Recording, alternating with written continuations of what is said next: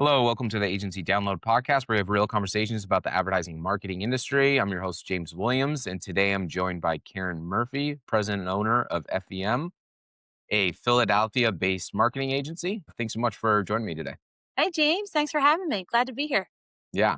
I know we talked so much, had a great conversation the first time we were able to speak, and it's been great kind of seeing everything you guys have built over there. But it would be great to just kind of hear your kind of origin story, how you got to start running FEM, like what got you into the business, into the industry. How'd you get started?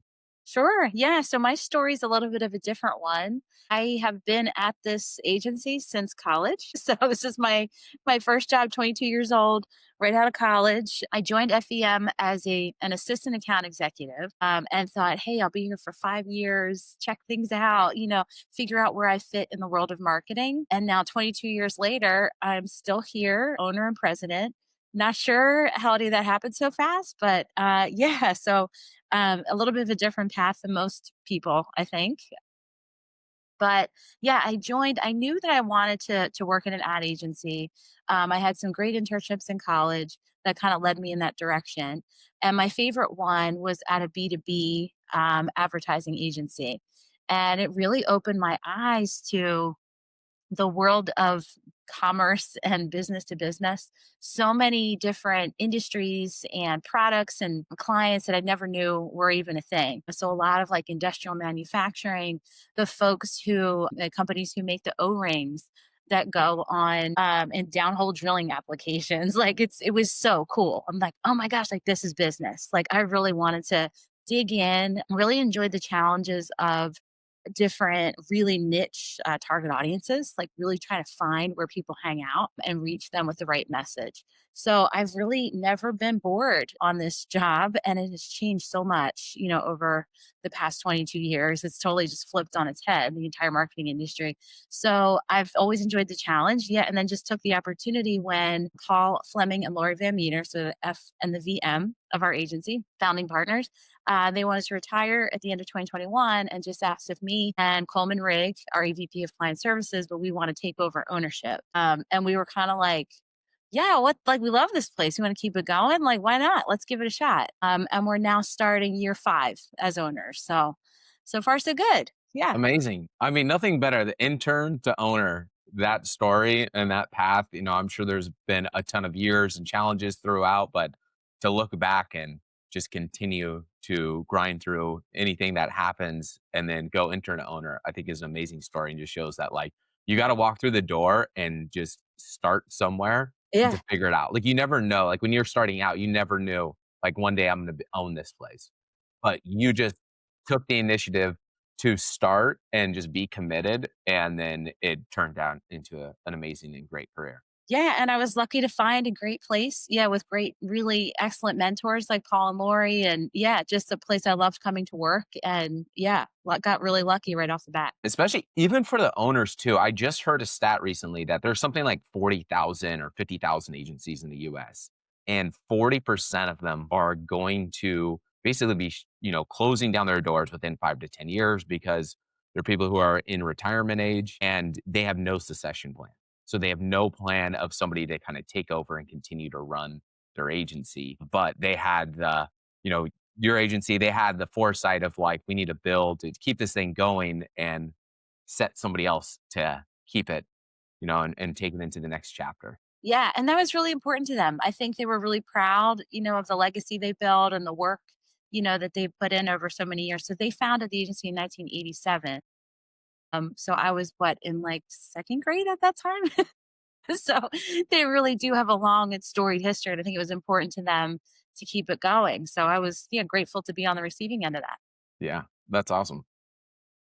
What's been kind of, I know you mentioned kind of, obviously been one thing that's constant in the advertising marketing space and really across the business space is everlasting change, is that it's never the same, which I think keeps us, if you like figuring out solutions, that keeps you motivated in the industry.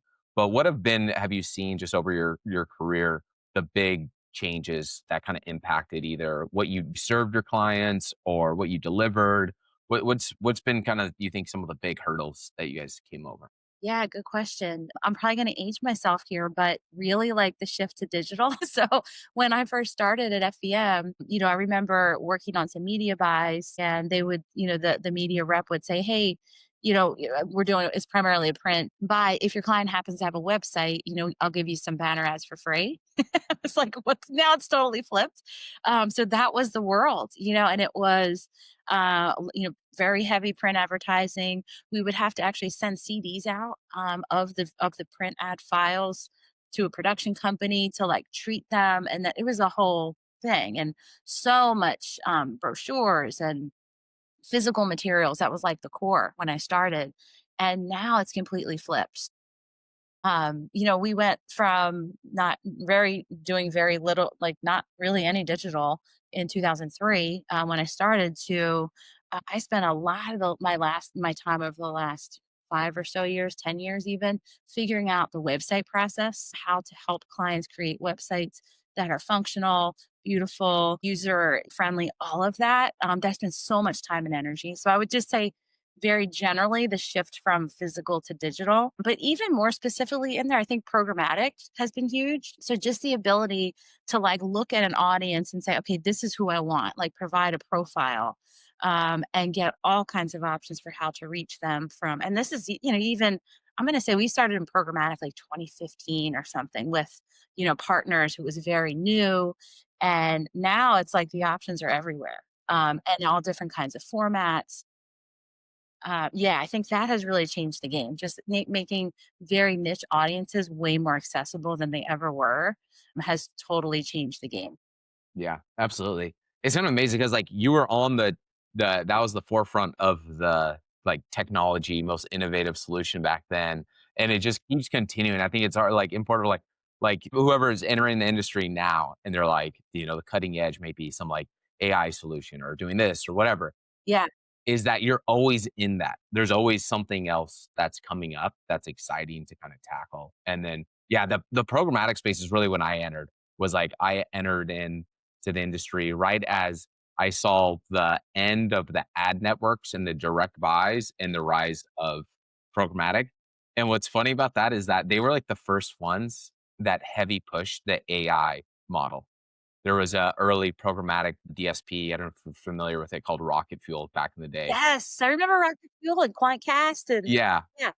Quantcast is still around, but Rocket Fuel kind of I think they faded off. They ended up selling, to Seismic, and then they went somewhere else, and, I think that whole Seismic? DSP infrastructure Yeah. shut down, but it was funny because this whole AI thing's funny to me because 2015, Rocket Fuel was pushing heavy that they had NASA data scientists, and they were using AI to do all the automated bidding and everything. That was kinda like Yeah, that their was story and their pitch. and probably only IT and, like, software companies were, like, there listening to it at that point, like, Yeah. to take I was lucky to have a primary client that I worked on for many years was an enterprise software company, so they were always down for, like, the new like, what's new? Lead gen, like, they've been the IT industry has been doing lead gen, like, before that was even a thing in marketing. It was like, "Give us your white papers, give us your solution briefs, and we will return, an Excel sheet of leads to you." Like, but now that has sort of invaded, the rest of the marketing world, even all the way to the consumer end. So working in IT at that time was so fun. And that's where we got to try out, programmatic, SEO, Google Ads, like for the first time, really trying to dig in and figure out where does my agency fit in that? Like we manage it day to day? We did have a time when we had a number of team members managing Google Ads day to day. Analytics was just coming out. So where do we sit there? And we've kind of figured out our sweet spot where if we do have a ton of volume, we will have a freelancer jump in and help with Google Ads, but we can handle it. We have a few individuals on our team who can handle the basic, cut type of campaigns. But it took us a while to like figure out where do we fit because it's all this moving around and changing, and it continues to change to this day. But hence, I've never been bored. Yeah, 100%. Well, there was this huge boom that really happened where the amount of ad tech solutions went from a few hundred to a few thousand to now there's like tens of thousands, all within the last 10 to 15 years.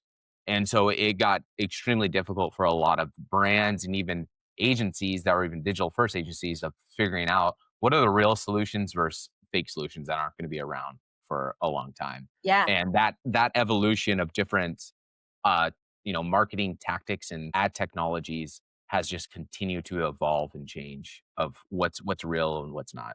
Yeah. Absolutely.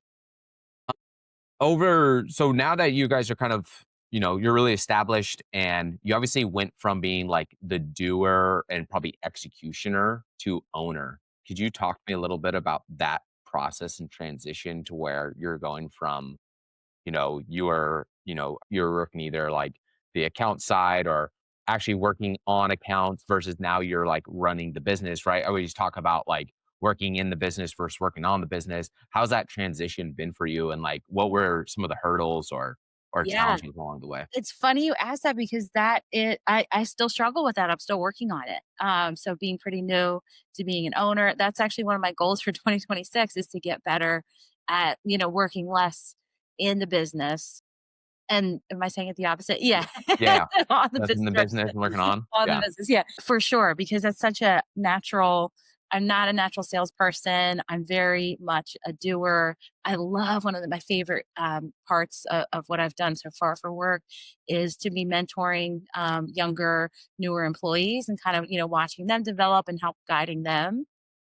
So I still do a ton of that, and I think I always want to do that, but I do want to shift more into, yeah, and I have been, I've been doing a lot of networking, trying to, promote the agency, a lot of new business pitches. So I'm working in that direction, but I'm not as far as I want to be because I do have this natural pull to be like, oh, like, what are we working on? Like, what, I me see the creative, like, what are we doing? So I have to find that balance. I'm still working on it. Yeah, I feel that. That's been one of my biggest challenges of going from, we're just working in the day to day to trying to build and run an agency is that transition of letting go and trusting in a team to execute versus getting involved and trying to make sure everything's right. I think it's just a draw of doers and executioners to want to go back and try to, Yeah, handle you know things. what? And it's so hard because I think one of the things that makes me a good leader is the fact that I've lived it and I understand when they're in the, the mud of trying to go through analytic reports, and I feel like I understand what the team is going through because I lived through it, and it's like I think that what makes me like kind of real in that way. And to let go of it, I feel like I'm worried, it's like it's a barrier I have to get through. Am I losing some of my realness because I don't know all the detailed day-to-day steps and the challenges they're going through. But to your point, I have to trust that they will come to me and explain, what they need to explain for me to do my job and help them grow. So, I have to get past that personal barrier, I think. Yeah, it's a balance, but I think leading from the front, I think is never a bad thing of showing up and being able to deliver and investing back, like you said. I think we're gonna have potentially a big issue or challenge a lot of agencies if everybody just goes to, oh, we can automate all these smaller tasks and executions to AI and not bring in entry level staff or interns, then you don't have anybody to train and pass down the strategic thinking. Because I remember Yeah. when I entered, I didn't know anything about media or marketing. I learned it on the job and I just did the basic tasks, entry level tasks. And Yeah. then I learned the strategy by being around smarter people that were more wise than me, that were more experienced. Yeah. And that helped me learn the strategy. Because I always think there's a difference between like understanding just maybe how to do executional tactics versus really understanding marketing, media strategy, Right. advertising strategy, It's all of that. and And it's I think you have to amazing. have that knowledge passed down. Yeah, and it's amazing how that happens when it just starts to click, like, the why are we doing this? You don't pick that up right away, and that's okay because you're just doing the things. And then you start to say, "Well, I wonder why. Oh, I see why we're doing this." And then you sort of back into it, and then when it comes time to lay down the strategy for the next campaign or the next effort, you realize, "Okay, this is why we're doing this." But yeah, I think you have to put the work in to make have it all make sense in your brain. Exactly, and I think you have to have somebody like, like you were saying, is somebody who invests back into that younger generation coming in to the market, to the industry, to the agency, and learn from them because if you don't have that knowledge passed down, then you fast forward 10, 20 years, you don't have somebody like you who can take over the agency. Right, And right. It's so just the machines and the old people left. yeah, exactly. And that's why I think there's might be this like strategic thinking gap if you don't train and bring up another generation. That's Because true. Yeah. if you just kind of offshore things to, AIs or other things and execute the tactic or the lower funnel tasks, then you don't have that new staff that can build back up. Yeah. Yeah. Yeah, Totally. I think that's potential issue that I foresee coming. But what do you guys what's your kind of core focus, or like what are you excited on right now? Where do you guys kind of look at your like core competency, specialty? Do you guys like work as like a specialty agency that does a few things for a specific audience, or how do you guys kind of work or go after different Yeah. types of campaigns or contracts? Yeah, so we're full service actually. We are focused in 4 core areas, so branding, websites, advertising and campaigns, and that's a huge one, so much digital and targeting and different pieces in there. And then lastly, what we call content, which it could be anything from brochures to videos to trade show booths, whatever materials need to be created, even like ebooks and white papers. And when we work with subject matter experts on our client side, our team can kind of execute and deliver the end product. Yeah. And then advertising and campaigns can encompass lead generation, brand awareness, helping clients meet very specifically defined objectives is we're really key on that. I don't want to spend media dollars and just run campaigns to run campaigns. Like, what are we doing to move the needle? Yes, and marketing objectives in terms of impressions and clicks to the site and people staying on site, demonstrating some level of interest. That's great. But what is it giving back to the business as well? Are we helping sales with a particular product push? Are we informing sales of new opportunities to sell? Whatever it is, we really want to define those objectives like in a measurable way as much as possible. Yeah, but to answer your question, so those 4 key areas, we this year, like I said, I've been spending a lot of my time and energy just trying to crack the nut of websites because we have a history of creating them in WordPress, which is awesome. We love WordPress. Many of our clients have WordPress in place. It can do whatever we want it to do. However, it is pretty development heavy. There's lots of plugins that need to be updated every year, and that's fine for many of our B2B clients, like in the sort of mid-level space. But we also work with a lot of clients who are smaller, especially more recently. So like private schools, nonprofit organizations, and they really can't afford to keep up a WordPress site. They don't have the technical staff in place. So if we're delivering a WordPress site to them, there's a challenge of, okay, who's going to update this every year? What happens if a plugin breaks? Like all of that is a new challenge for them. So we've refined our processes over the years, and truly our team can work in any website platform, really whatever our clients have in place, because we bring the professional copywriting, the personal design, and sort of the user experience background that kind of brings it all together. So it doesn't really matter what platform we're in, and we've learned that over the years. Like some of our education clients are in a platform called Final Site. We can work great in there. There's one called Blackbaud. But we have found this is a little niche like that we're really exploring this year is Squarespace. It's such a simple, clean platform for clients that are like, hey, listen, I want a beautiful functional site with your professional copywriting, but it's like I need like a 12-page site. Yeah. I don't want to go nuts. I don't have an IT guy that's going to be backing this up I just keep it simple for me. And we've actually found that Squarespace is a great solution for them. And our copywriters and designers go nuts in there because it's a blank slate. At the end of the day, we deliver the site to the client and it's easy for them to manage. It's cheap for them to renew every year. So that has been quite a journey because, we used to feel like, well, if you want to do it right, you really should have WordPress. Sure. But the technology has evolved so far that they don't really need to take on that complexity. So, for whatever, I think just because of the way that, the work that we've been getting and the clients we've been working with, spending a lot of time kind of perfecting that process, we got it down to a science. So that's been fun. So, when clients come to us and say, I don't have a crazy huge budget for a website, but I want to do it right, I finally feel like, okay, we got you. Like it used to be like, oh, like, we need a developer and we need a whole thing. So that's been quite a journey. And I'm excited to take that further this year and help a lot more clients just keep it simple, but do it right. So yeah, I'm really excited about that one in particular. Yeah, that makes sense. I mean, not every client needs the same thing, right? Some are going to be far more advanced and have much more advanced, more robust websites. Some are going to be much more simple and straightforward. But having it sounds like what you did was really finding but what's the product that fits the customer best Yeah. and their needs? Yeah. And, who needs a more like low maintenance, straightforward website? And those are really like the big difference to me I've seen is this like the modernness of the websites. Like Squarespace has done a really good job of making websites look very like modern and up to date.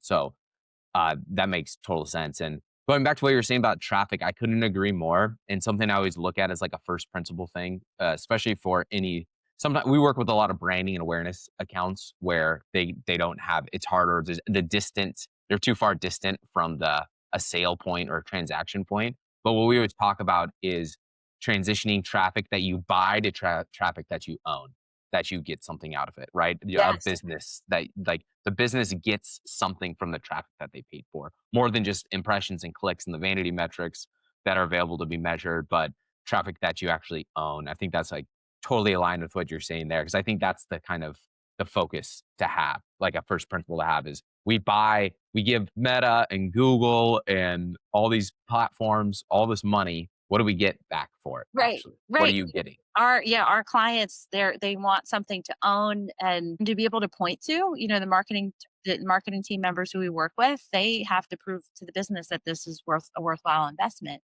So we actually, I'm so excited about our. We have a gear drive manufacturer client who they're amazing. They've been with us for many years. I think before I even joined the agency, maybe or right around that time. They're great. And we worked hard with them over the past 10 years to build a really robust website presence. WordPress, by the way, which Mhm. is perfect for them because they have lots of forums, lots of amazing content.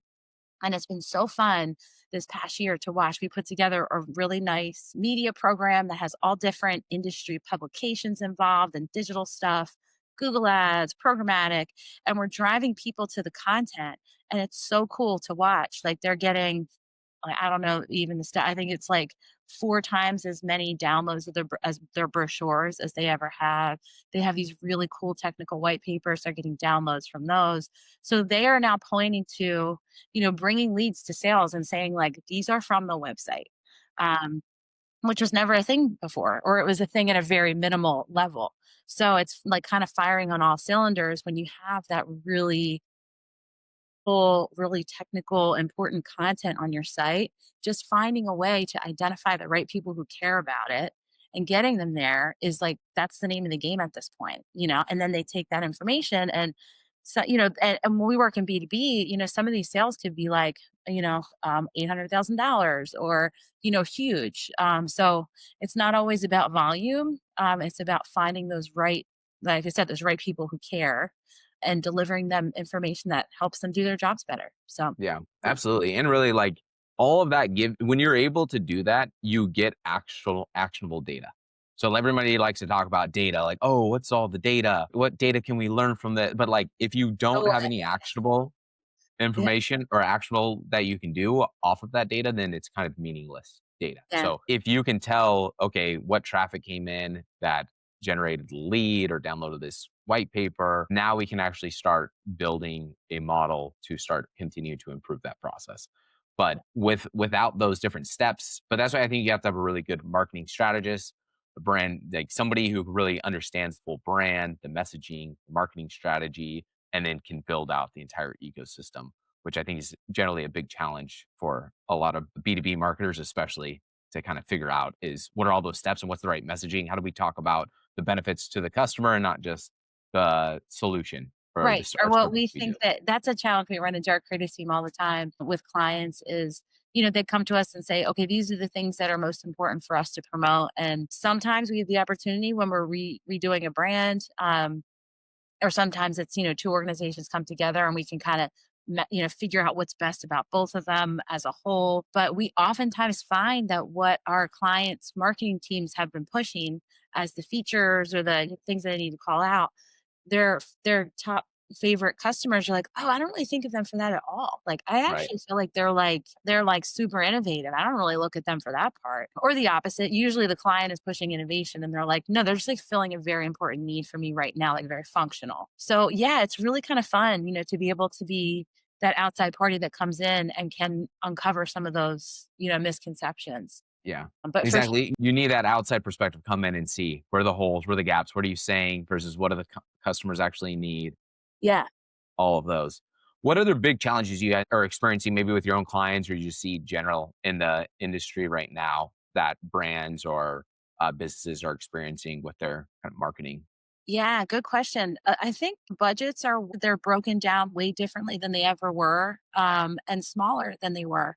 So I think, we used to have a core of like 4 or 5 clients that would have annual budgets, and we would work everything through. And here's generally the plan for the year, here's the budget, and then we chip away at it throughout the year. We still have a few clients from that model, and I still believe it's the best way to get the most out of our relationship.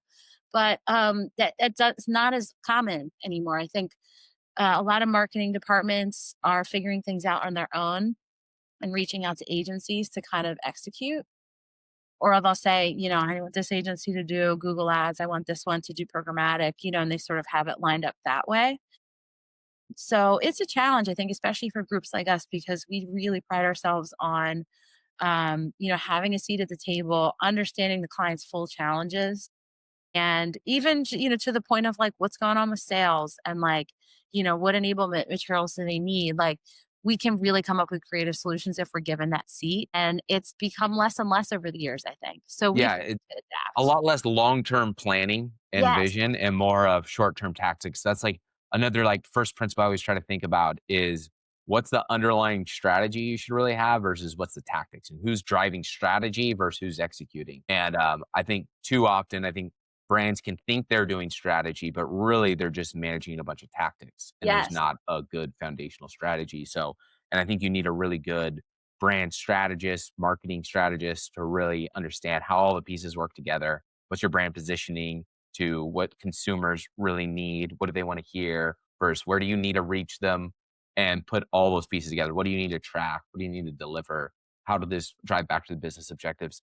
But that's missing if you don't have that one clear vision and long term plan. Right, and or the time, yeah, so it's yeah, like you said, it's a lot more project by project and like, "Okay, we just need to execute this now."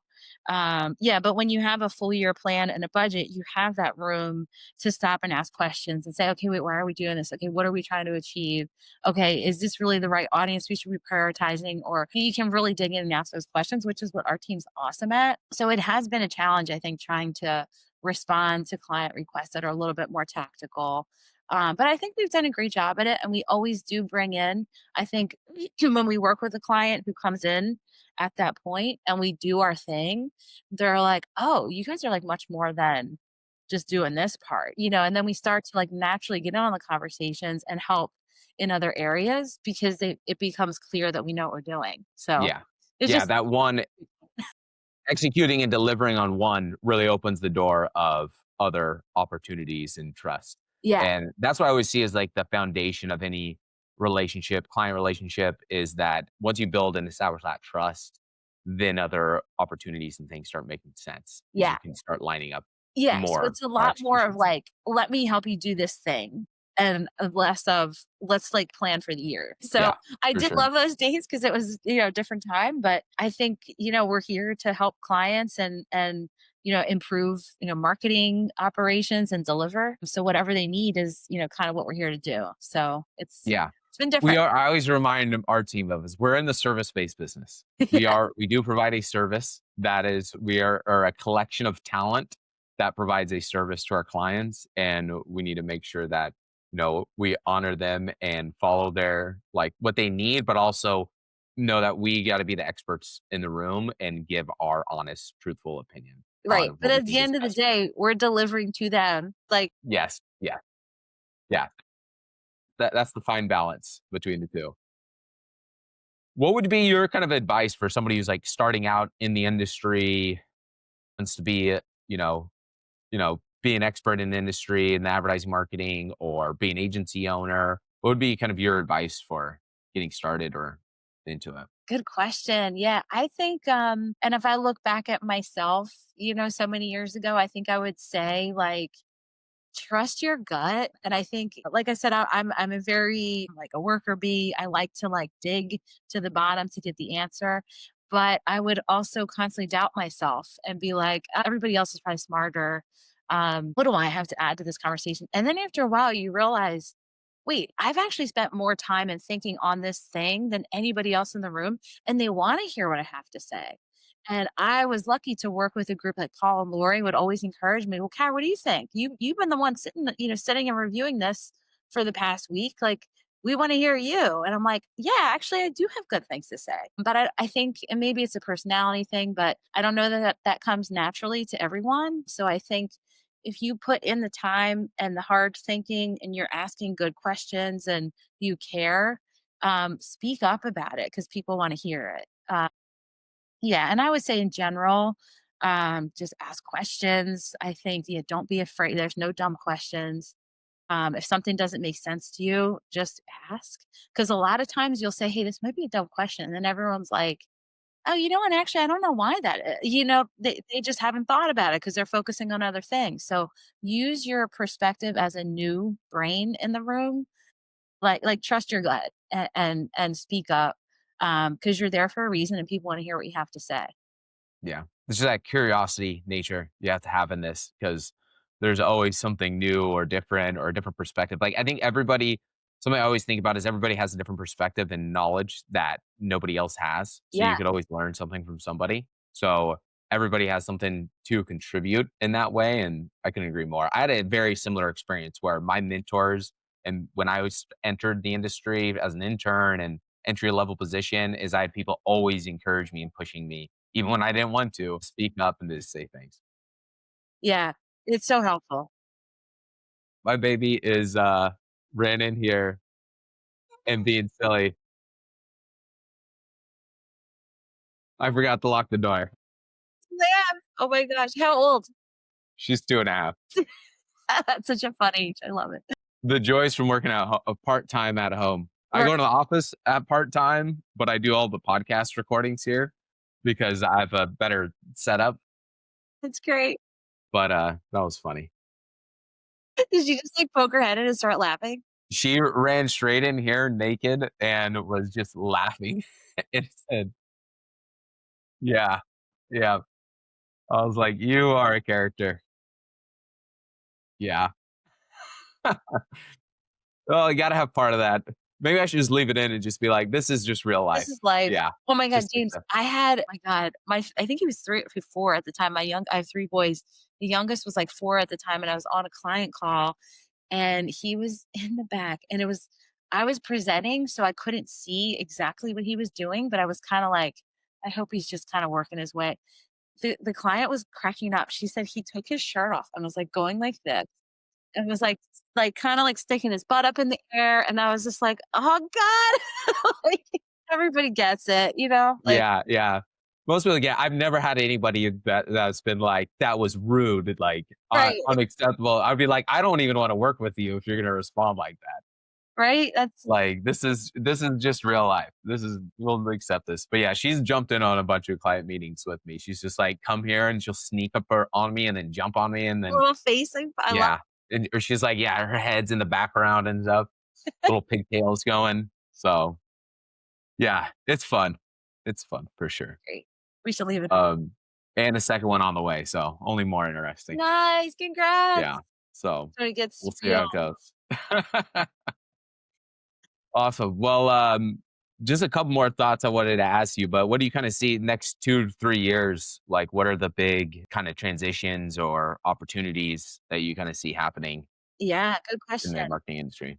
I think it's a little bit what we already talked about of like, that just trying to nail, helping clients on in a way that responds to what they're asking for and not like what I think they need, So this sort of, more efficient, inexpensive website process that we've come up is big. So more of that, I think, just sort of breaking it down and not, missing the days of the annual budget and like just respond to what's in front of us now. And I think is if I didn't say AI, it would be, I would be remiss. But our team's been working with lots of different tools in there for like a year or two now. Even small stuff like closing up gaps in like video footage. And when especially it's been amazing with creative concepting. So instead of having to find that perfect picture, like our creative director will be like, okay, like it's generally like this. I know the guy has 6 fingers, that's not the point, like, just to get a client to buy in on the concept before we go whole hog trying to execute it. Um, so just, making sure that we're up on all the latest technology there and working it into our processes to be more efficient. So, yeah, I would say AI and just breaking down our offerings in a way that, responds to what clients are asking for right now. Yeah, absolutely. I think really like the agencies that can use AI not to replace the strategy or thinking, but Yeah. can make things faster and do Yeah. more, I think are the ones that are going to succeed and win, especially since we live in this ultra fragmented media technology space.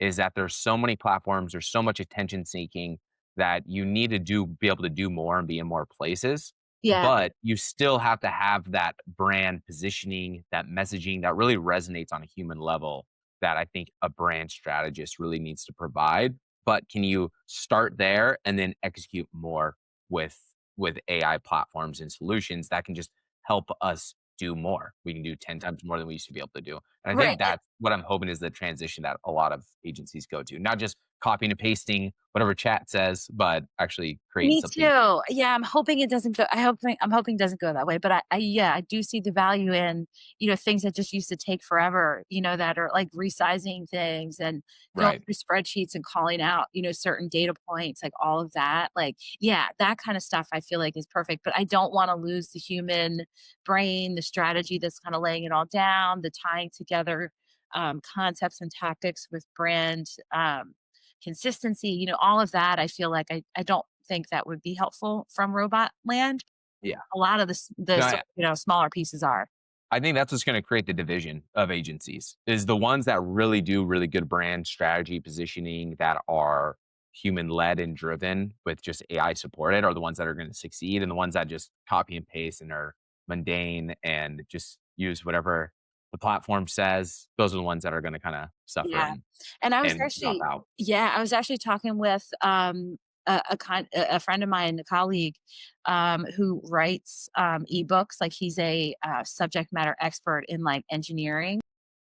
He was, understandably so worried about AI, but he said, "I've got a lot of clients that, like, tried it out themselves and are coming back because 'cause they're like, something just doesn't sound right about that," so I'm hopeful that a lot of the work that I think clients may have in the past year, even like, let me try, maybe ChatGPT can do this or Claude can do this.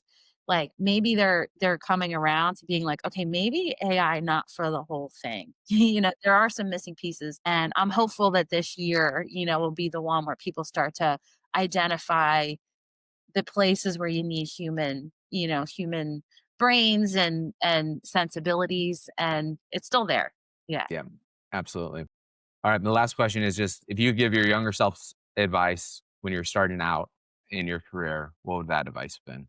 But yeah, I feel like I answered the other question a little bit like this. Yeah, don't worry, they're a little similar for sure, but just advice for young new people starting up.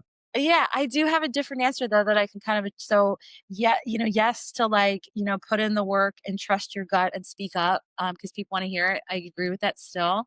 But also just say yes. I think that's even if you don't know where it's going to take you, but if an opportunity comes your way, go for it. What's the worst that can happen? Just to, get out of that safe zone. I'm kind of, living that right now. And no matter where this path takes me, I'll always be glad I took the chance, took a chance and kept this place going just because I had the opportunity. I'd always look back and say, like, what would have happened if I said yes? So I think take the opportunities as they come your way. Yeah. And trust your gut. Absolutely. I read a book, I think Jeff Bezos said this, but he's all like, "We're always mindful of, like, what's a two-way door versus a one-way door?" Like, if you say, most things you choose to do or the yeses are like two-way doors, so you could unpack them, you could go back through, right? And Yeah, unpack, that's it. Yeah. right? Versus some are like, once you go through this door, there's no going back. And so just, like, being mindful of those 2 different things. I Yeah. thought that was really, really interesting way of looking at things. Like, is this a two-way door? Because most are two-way doors, and you should say yes to more two-way doors to test things and Yeah. We should add that trial more qualifier. stuff. Versus like a one-way door, we Me? can't go back from this. Then we got to really make sure this is a good decision, right? Fair. But I find that really interesting. But anyways, how could people work with you, connect with you? Yeah, so they can find our website is it's fem.agency. And find me on LinkedIn. Yeah, and email and all the normal ways you can find. Yeah, follow FEM on LinkedIn. Find me on LinkedIn. Yeah, that's it. Awesome. Thank you so much. All right. Thank you, James. Bye.